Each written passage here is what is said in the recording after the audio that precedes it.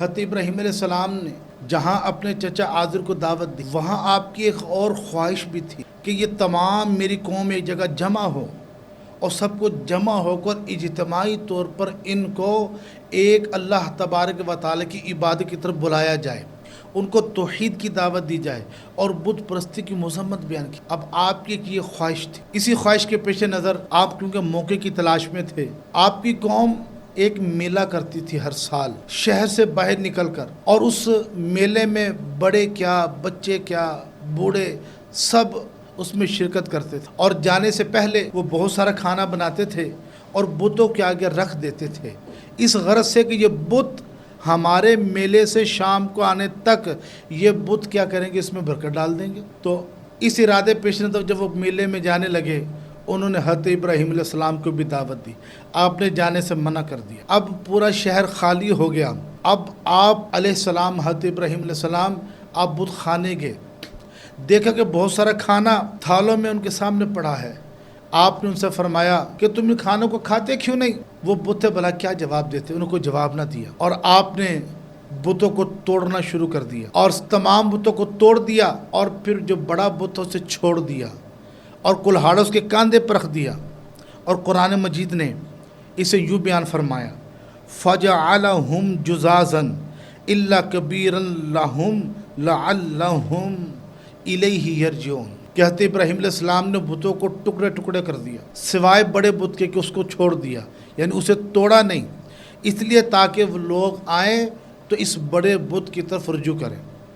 ایسے ہوا جب وہ قوم میلے سے واپس آئی، جب انہوں نے اپنے بتوں کو یہ حال دیکھا کہ ٹوٹے پڑے، کسی کا پاؤں نہیں ہے، کسی کا سر نہیں، کسی کا دھڑ نہیں ہے، کسی کے ٹانگ نہیں ہے، منہ کے بل اوندے پڑے ہیں، اور جب انہوں نے دیکھا تو پھر آپس میں باتیں کرنے لگے، اور قرآن نے یوں بیان فرمایا کہ من فعل ھذا بآلہتنا انہ لمن الظالمین۔ اللہ اکبر۔ تو وہ بتوں کا حال دیکھ کے پوچھنے کیا ایک دوسرے سے باتیں کرنے لگے، یہ کس نے ایسا کیا ہمارے خداؤں کے ساتھ؟ اب وہ چند لوگوں نے یہ بات آپس میں کرتے یوں کہا کہ قالوا سمعنا فتى یذکرہم یقال له ابراہیم۔ بعض لوگ کہنے لگے ہم نے ایک نوجوان کو دیکھا جو ہمارے بتوں کی برائی کرتا ہے، بتوں کی مذمت کرتا ہے، اسے ابراہیم کہا جاتا ہے۔ جب سرداروں نے حضرت ابراہیم علیہ السلام کا نام سنا اور غضب غصے میں آ گئے، اور حضرت ابراہیم علیہ السلام کو تمام لوگوں کے سامنے جمع کیا گیا، اور قرآن یوں بیان فرمایا کہ فَأْتُوا بِهِ عَلَىٰ أَعْيُنِ النَّاسِ لَعَلَّهُمْ يَشْهَدُونَ۔ تو وہ لوگ کہنے لگے ہم تمام لوگوں کے سامنے حضرت ابراہیم علیہ السلام کو لے کر آئیں گے۔ اب تمام لوگوں کے سامنے جب حضرت ابراہیم علیہ السلام کو لایا گیا، قوم کے سردار بھی موجود تھے، بس یہی وہ موقع تھا جس کی تلاش میں حضرت ابراہیم علیہ السلام تھے، جس کی خواہش میں تھے کہ میری قوم ایک جگہ جمع ہو، میں ان کو ایک خدا کی طرف بلاؤں، توحید کی دعوت دوں۔ تو جب انہوں نے پوچھا کیا ہمارے خدا کے ساتھ تم نے ایسا کیا ہے؟ اور قرآن مجید نے یوں بیان فرمایا، اَأَنْتَ فَعَلْتَ هَذَا بِآلِهَتِنَا يَا ابراہیم۔ ابراہیم علیہ السلام، کیا آپ نے یہ ہمارے بتوں کے ساتھ ایسا کیا؟ اللہ اکبر۔ آپ نے انکار نہیں فرمایا، آپ نے ایسا جواب دیا جس جواب کے اندر ان کو لاجواب کرنا بھی تھا، جس جواب کے اندر بتوں کی بے بسی بھی بیان کی گئی، جس جواب کے اندر ایک توحید کی طرف بلانا بھی تھا، ایسا آپ نے مسخت جواب دیا۔ آپ نے فرمایا قال بل فعلہ کبیرہم ھذا فاسألوہم ان کانوا ینطقون۔ فرمایا کہ اس بڑے نے ایسا کیا ہوگا کیونکہ بڑے بت کو چھوڑ دیا تھا اور پھر کلہاڑا بڑے بت کے پر رکھ دیا تھا، کہ اس بڑے بت سے پوچھ لو اس نے ایسا کیا ہوگا اگر یہ بولتے ہیں تو۔ اب سب آپس میں ایک دوسرے باتیں کرنے لگے، چیما گوئی کہنے لگے بھی ہماری غلطی تھی کہ ہم لوگوں نے اپنے بتوں کی حفاظت نہیں کی۔ پھر انہیں پراگندہ خیال کو جمع کر کے کہا اور کہنے لگے کہ ابراہیم تو سم جانتا ہے یہ بت بول نہیں سکتے۔ اللہ اکبر۔ جب انہوں نے اپنی زبان سے یہ اقرار کیا، آپ کا مقصد پورا ہو گیا کہ ان کی زبان سے بتوں کی بے بسی کو بیان کیا جائے کہ وہ نہ نفع کے مالک نہ نقصان کے مالک ہے، اور اپنی ذات سے کسی نقصان کو دور بھی نہیں کر سکتے۔ تو جب انہوں نے خود اقرار کیا یہ خود کر نہیں سکتے، اب چاہیے تو یہ تھا کہ قوم آپ پر ایمان لے آتی، لیکن ان کی سرکشی اور بڑھی، یہاں تک کہ انہوں نے نمرود جو تھا وہاں تک یہ بات پہنچائی، کہا کہ ابراہیم ایک نوجوان ہے جو آپ کو بھی خدا نہیں مانتا، ہمارے خداؤں کی بھی وہ مذمت بیان کرتا ہے۔ تو یہ سن کر نمرود کے دربار میں حضرت ابراہیم علیہ السلام کو پیش کیا گیا۔ اب نمرود کے ساتھ مناظرہ شروع ہو گیا حضرت ابراہیم علیہ السلام کا۔ نمرود کہنے لگا، اچھا تمہارے پاس تمہارے خدا ہونے کی کیا دلیل ہے؟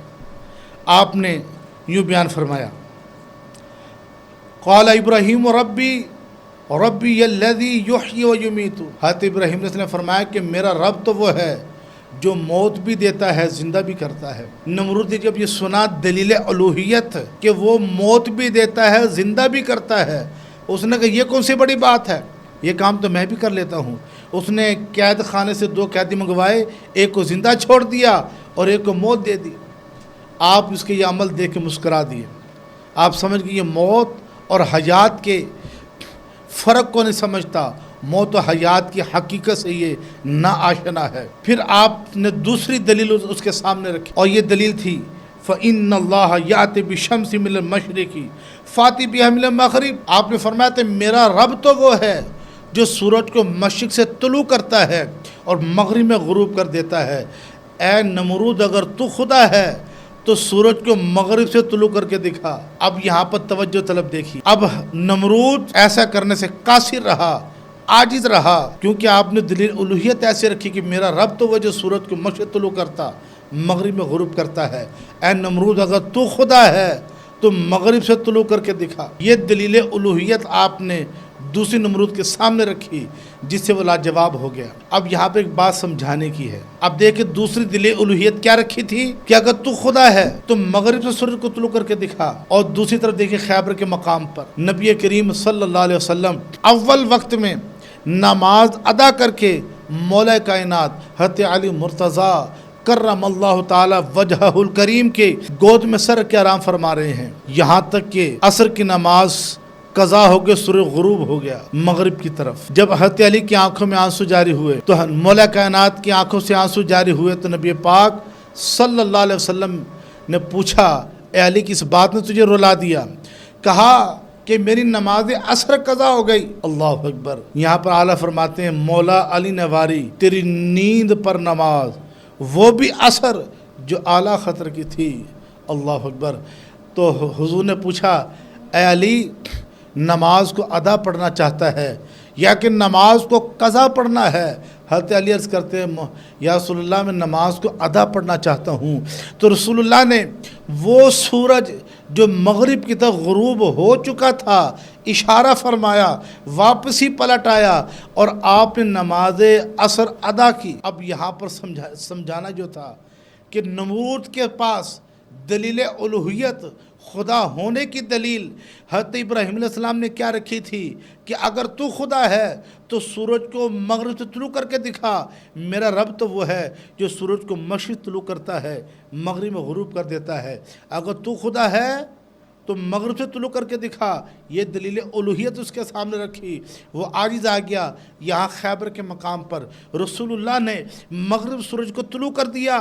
سمجھانا یہ ہے، اس بات کو یوں بھی سمجھ لیجئے کہ گوئے کہ رب کائنات نے فرمایا، اے پیارے حبیب ہم نے تجھ سے پہلے بھی نبی بھیجے تھے کہ لوگوں نے خدا کا بیٹا بنا لیا۔ یہودیوں نے حضرت عزیر علیہ السلام کو خدا کا بیٹا بنا لیا، اور عیسائیوں نے حضرت عیسیٰ علیہ السلام کے معجزات دیکھے، انہیں خدا کا بیٹا خدا بنا لیا۔